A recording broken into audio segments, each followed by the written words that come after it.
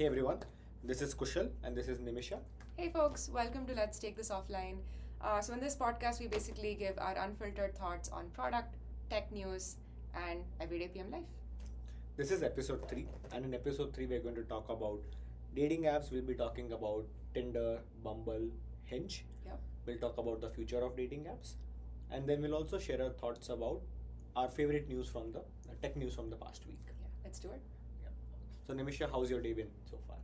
It's been great, Kushal. I think it's been really busy, but I'm so excited to talk about this. I'm excited to talk about, breaking down dating apps, how they all got their first, 1,000 users, strategies they used, where they've all screwed up, and how it's gonna be in the next few years. Awesome. So, as we talk about dating apps, the first thing that comes to my mind at least is Tinder. All right. So, we're talking about 2012. Okay. And in 2012, let's recap what existed in the market. That We sounds had great. Match.com, a Yeah. website where you fill in your details and then it was a lengthy app where Yeah. you fill in your details and then maybe if somebody likes you back, then you talk to them. Very traditional, Yeah. marriage-oriented, Exactly. long-term partner finding apps. Yeah, and similar to Match.com was eHarmony and other things, at least in the US. Yeah. And there was this, I think OkCupid, I don't know if it existed around the same time or not, or if it was just a Definitely website. predecessor Yeah. to Tinder for sure. So- And we had like our Shadi.com and whatnot, of course. Yeah, exactly. They have been existing since I think 95, 96. So, Yep. yeah. There was this guy called Sean Rad. He was working at this incubator called Hatch Labs. Okay. And the whole idea of this incubator was they wanted to fund or maybe support ideas which were mobile first. Okay. And at that time, there were not a lot of mobile startups. Yeah. And this guy was working at this incubator and with a few other people. And in one of the hackathon events, they came up with this idea of a dating app called Matchbox.com. And it was the whole idea was that people find it awkward to reach out to dates. People have this fear of rejection. So why don't take it online? And they wanted to build a flirting app essentially. Okay. So you look at a picture, whether you like it or not, you say there was this tick and X kind of a thing. So like the user need here was that Exactly. Facebook existed, Exactly. but people didn't know how to approach people. Yeah. Okay. And again, I mean, it was maybe creepy for people to reach out to Sure. message someone on Facebook, so Yeah. they introduced this element of Yeah. look at a picture, whether you like it or not, talk Yeah. to them offline. And you take that offline, right? Shameless plug. Exactly. So at that time, Tinder was just had a Facebook integration. You were scored based on your proximity, based on your mutual friends, etc. You saw someone's picture, and then A you missed opportunity for Facebook, I must say. Facebook introduced dating app Yeah, back I in feel the like day. it was probably a little too late. Yeah. After Tinder. Yeah. Sorry to cut you off. Please continue. No worries, but I don't know why it did not scale. Right? Yeah. I okay, a segue, but Facebook also piloted something called Facebook Jobs. Even that It did not did. scale. Yeah. I think they thought that anything that they can build on top of their Yeah. community would have worked. It Yeah. would have, Yeah. but their community was dying. Yeah. Right? Instagram, for instance, Yeah. right now the community is thriving, so they could potentially think of that. People But yeah, people think it's the best dating app out there. it really So, is. Yeah. It is, yeah. Yeah. So coming back to Tinder, so Yeah. yeah, it started as this a Matchbox.com website, later renamed to Tinder, and this whole so one of the co-founders went into shower and then he was wiping the mirror Okay. because it was a steamy and hot shower, and then Steamy. and then he kind of like came up with this idea to introduce the swipe feature in Tinder. So whether you swipe left, swipe right, and then you can like What someone's a great picture. story. So that's how Tinder started. Tinder scaled because I mean, when it started, it was just limited to university campuses, and it started with USC campus where only USC students could like meet other students, etc., and could like Okay. match them on Tinder, and yeah, scaled to the company that we know of today, Yeah. owned by Match.com, Yeah. the dating app giant. Yeah. And one of the co-founders of Tinder was a lady called Whitney Wolf Herd, Yeah. who went on to start Bumble. So Nimisha, uh, Yeah, it Tell makes us the sense that story. I talk about Whitney Wolf Herd, right? As one of her biggest fans. So where do I begin? Whitney Wolf Herd, for those of you who don't know, started this company called Bumble, which is very successful in terms of the number of users it has currently. Recently went public in 2021 in peak COVID. Couple of cool things about her was she was the head of marketing at Tinder. She helped scale Tinder and gave some very unique, creative ideas to help them scale. But eventually, she kind of got out of the company because there was some injustice done to her within the company, and we don't know exactly what that is, so we'll just not talk about it. But yeah, when she founded Bumble, she became one of the top CEOs because her company grew like wildfire. And why it grew is because she identified this user need for women in the world of dating. And it's really important that she started this company because if she hadn't, it would have been very hard for the founders of Tinder, who were both men, to have thought of these problems. And it's not their fault. It's just they're not the kind of users who would think like women. So it just goes to say that even if you are not like, for example, if you are a man, building a company, you need to also think about the other users of your company. So you need to like hire women to think about the problems that women have. Just a small plug for diversity hires there. But anyway, um, yeah. So she started this company where women were basically the people who would take a call on the app, and it was a very feminist perspective. A lot of women related to it. Quickly started eating away Tinder's market share as well. It was one of the first companies to introduce photo verification Okay, as a nice. concept on dating apps, which again obviously was mimicked or copied by Tinder and Hinge and all of the other apps that existed at the time. It was one of the first apps that actually, um, how in these dating apps you can't see someone's last name Yeah, to preserve their yeah. identity. Bumble was the first app to introduce that, Okay, nice. and that got picked up by other apps. So I feel like it was really a pioneer in several of these kind of features, which added a lot of value in terms of security, privacy, and just ease of use Mm-hmm. for people. So it's like how Snapchat introduced stories, Yeah, right? and everybody copied. Everybody Yeah. copied them. So yeah, I think Bumble was fantastic. They also unearthed the need to offer their users not just a way to date, but also to make friends Mm-hmm. and to make business connections. So she sort of separated out those three paradigms and made it like Bumble Dating, Bumble Biz, Bumble BFF. I've used all three of them, and I must say the user experience has been great. Especially on the BFF front, I think no other app has done that. Why has Tinder not launched a BFF directly? Yeah. They can do it so easily. I think it kind of all boils down to the reputation Yeah.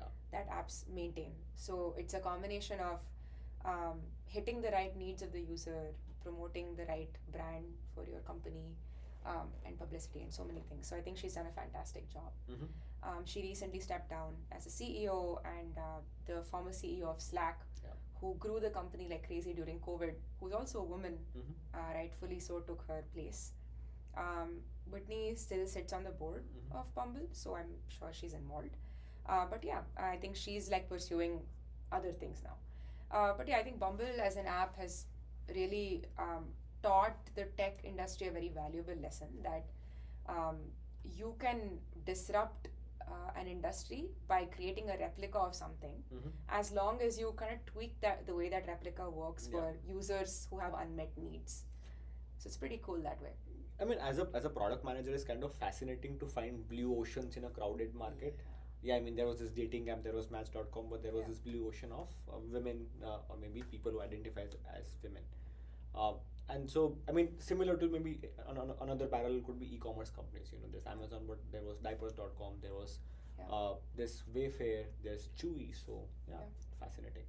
So I think that one thing I want to call out is that this is why so many other dating apps like Grindr, Muzmatch, Dilmil, all of these still exist because they cater to specific segments of users, and the way that these users find their partners is so different Yeah. that these apps will all stay in existence. But of course, there is like this big conglomerate called Match.com, which Mhm. owns a ton of these apps, Mhm. including Hinge, which we have to talk about because that owns a huge market share in the world. So Hinge was started in 2012 by this guy called Justin McLeod. He was heartbroken. He wanted to find love, and then he came up with this app called Hinge, and it was a Facebook app initially. And his whole idea was that he wanted to find his ex-girlfriend on and match with her maybe again on Hinge. And so the idea was that hey, you put in your interest and all. He wanted to match with his ex. Yeah, he wanted to reconcile. He was so heartbroken that I He want wrote to an app to do it. yeah, I want to like find love back. Goodness. Once a nerd, always a nerd. Oh my goodness. Yeah, and so it was a Facebook app where you put in your interests, etc. You could match with your crush, and if they like you back, then you He tried to game the system. yeah, sort of. Basically. Yeah. And he knew that what are the things that he likes Right. and the things that his crush would like. Yeah. They could not meet then, but started Hinge.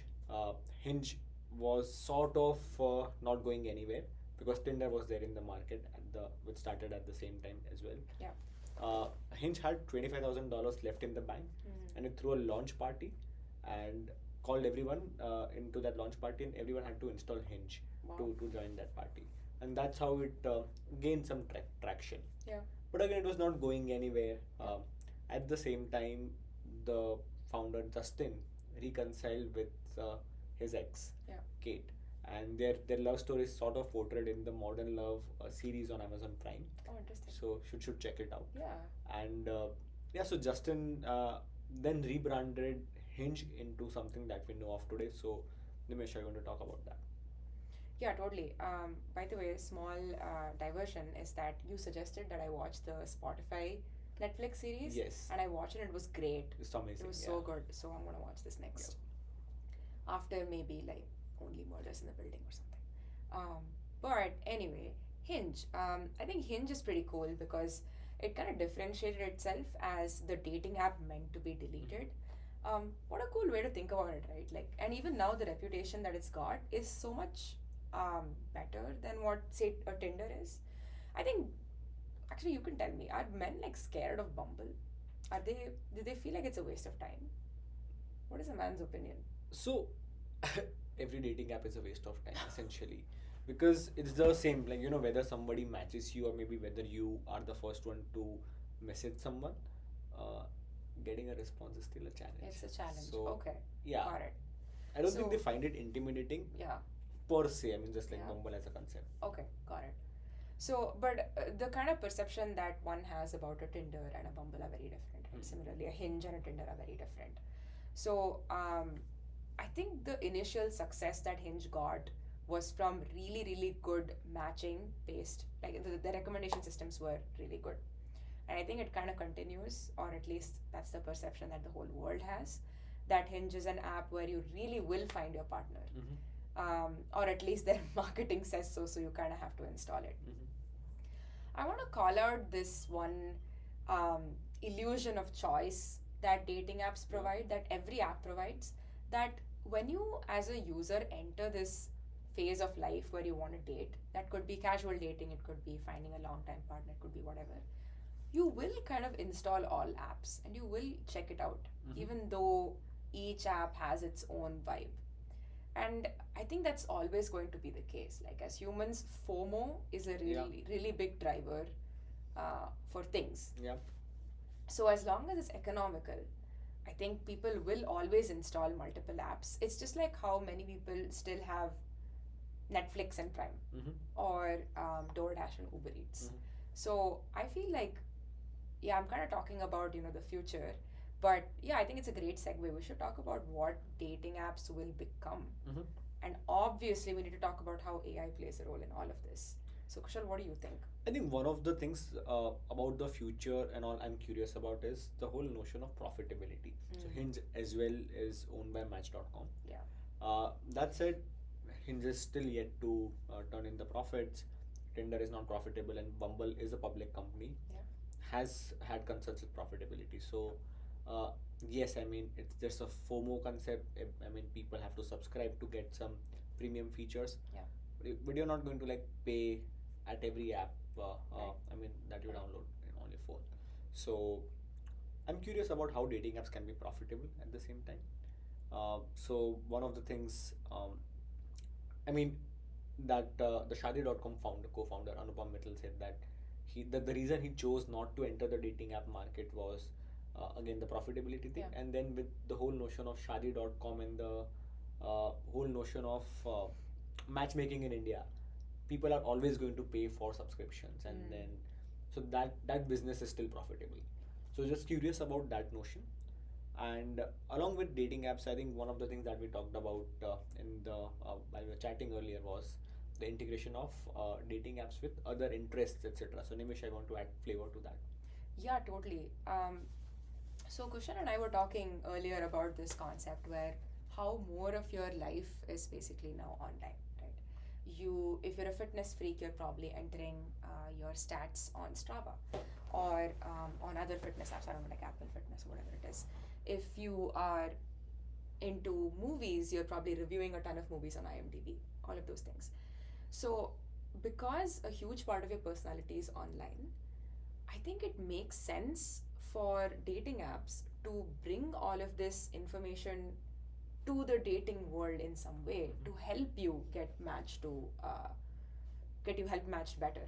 So I feel like currently, obviously, Bumble already has a Spotify integration and an Instagram integration so that you can do your vibe checks before matching with somebody.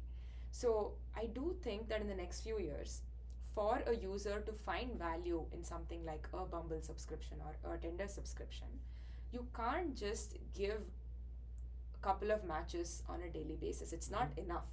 You have to help them through the rest of their user journey Yeah. as well.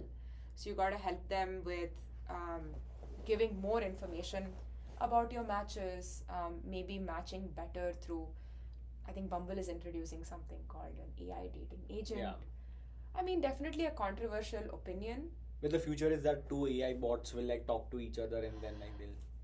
I know it sounds really crazy, but what they're saying is that this AI agent will learn your vibe Yeah. based on your past conversations and maybe your digital and online presence and help you weed out people who will absolutely not be great for you. My beef with this whole situation is why not just make the recommendation better using Yeah. this data, right? Yeah, As exactly. opposed to getting the user to pay for this added service of an AI dating agent. But I mean, to answer your question around profitability, I think maybe dating apps will take this measure to just ride the AI wave and have these kind of dating gurus, or I don't know what they're going to call it, but something like that. Maybe they're going to help you have conversations by giving you prompts to get started. I don't know. I'm thinking of all the ways that AI can possibly add value. So they could potentially do a whole co-pilot, Yeah. right, with ChatGPT and LLMs, and help in, I don't know, photo selection or something, and ask you to pay for a version of their service, like a higher payment for the I subscription. mean, my thought process about this whole dating app, I mean, market as a product person or maybe as a business owner is that, I mean, I'll make money if people are on the platform. I'll Yeah. make money if people get off the platform. Yeah. So, do I want people to leave my platform? So maybe they should find a way to spend. Okay, how about this? Because communities are a big thing now. Online communities Yeah. are a big thing, especially for people who have survived COVID. Finding like meeting your partner serendipitously makes a lot of difference, right? Because you've spent your youth Yeah. trapped inside. So I can see something like a Strava becoming a dating app. LinkedIn is already a dating app. Yeah. So if something like a Hinge wants to keep its users on the platform, I think along with dating, it needs to give like a community aspect to it. It should add. I mean, LinkedIn added games, Yeah. which is a very weird addition. I still Yeah, it's don't get it. debatable. I mean, I don't know if it adds any I mean, it value. was so weird to think about that. Kushal wrote a whole article about it. Yeah. Like he couldn't stop thinking about it. You should all should go read it. I mean, today also, like, I think I saw the panel on LinkedIn games. 30 people played games from my connection. So it's like, Yeah. who uses it? Why are they playing games on LinkedIn? It's weird. I feel like maybe. Oh, I think it's a genius idea. I just realized maybe the people who are playing games on LinkedIn hate their job, and that's the signal that LinkedIn wants. Yeah. And to those people, it can give like more targeted ads for jobs or something. I mean, so engagement is the whole purpose. Yeah. For sure. uh, yeah, I mean, I don't know, like maybe those people who are bored of their jobs or maybe hate their jobs, Maybe. maybe would go to New York Times to solve their puzzles, etc. Yeah. At the same time, when I go to LinkedIn to look for a job, or when somebody does that, they're very specific. They are like, they know, Yeah. they're very active. There are other signals that LinkedIn can gauge as well.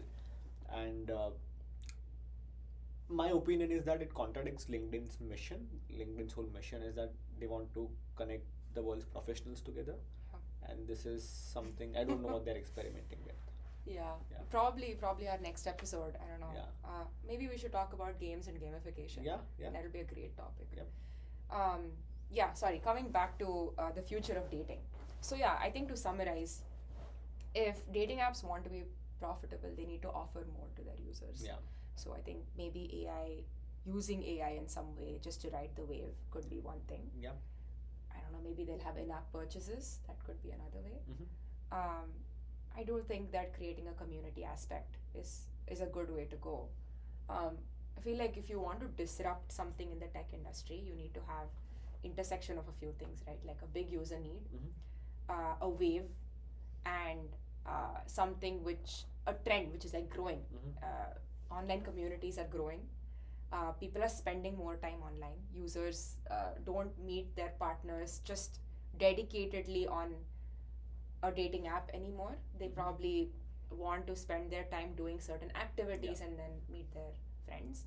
So either bringing the community to something like a Hinge, or integrating Hinge with communities that already exist, I think is probably the way to go. Yeah, I mean that if you look at meetups, there's a lot of hiking meetups, etc. And then a lot of people go to these events to maybe find potential partners, and it's tough to reach out to them. There is always this fear of rejection. Yeah.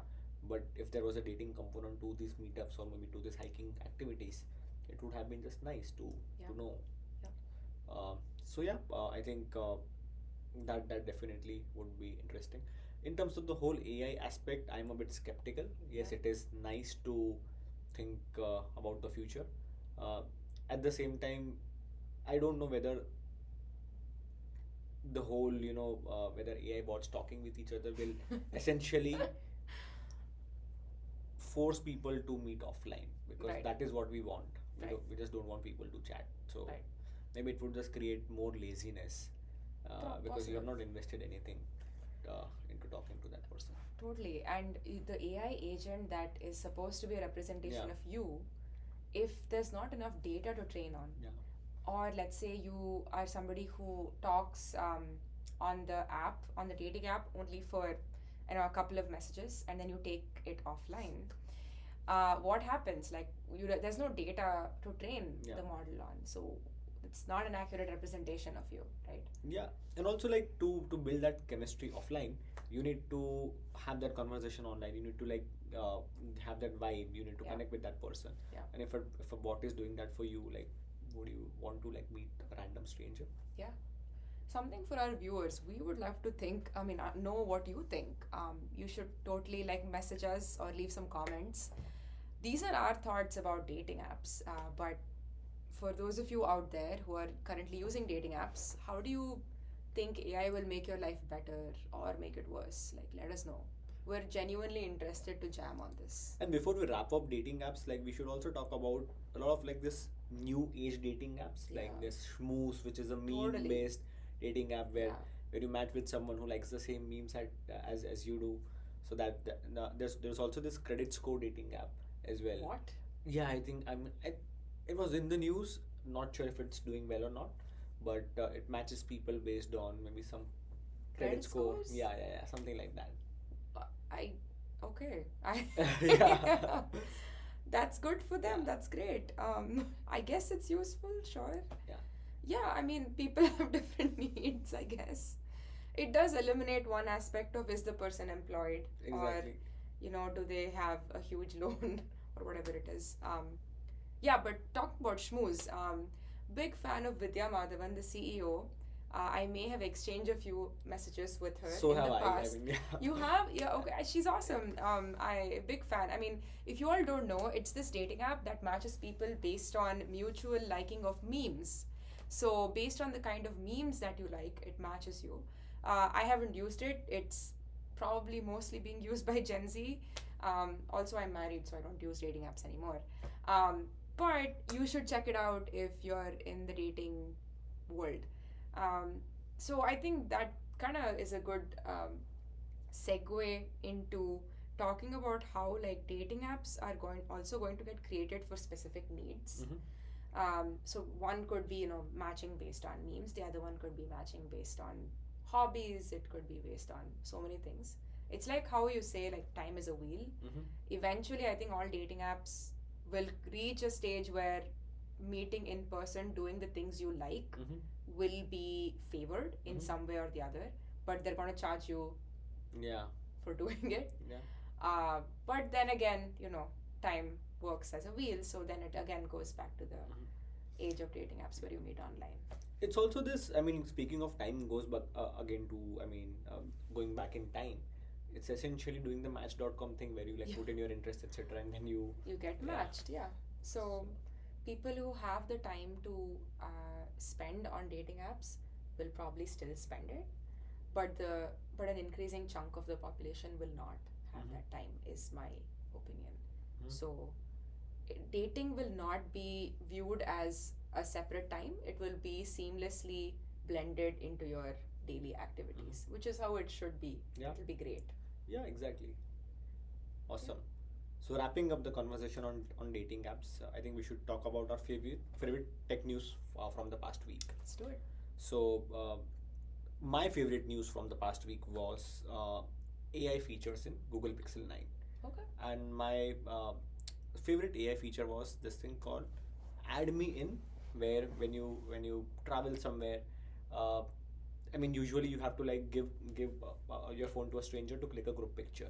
In this new AI feature, you click a picture, you have this Add Me In thing, where you click a picture, then somebody else will come in and take a picture, and then like AI will like put all of you in a group picture together. Oh, that's pretty cool. That sounded super That's cool. so cute. So yeah, this was just reading about different AI features, and also this was my favorite AI feature in Pixel 9. Hmm. Yeah. So Nimisha, what's your favorite news from the past week? Favorite is an interesting word. I think mine hits a little closer to home. Uber is now going to have Waymo taxis. Yeah. So robo taxis are going to be there where, I mean, it's already there in San Francisco, it's already live, but they also signed on Waymo, which is interesting because Waymo has been in trouble in the past for most recently having some accidents. Yeah. So kind of have to see how it turns out.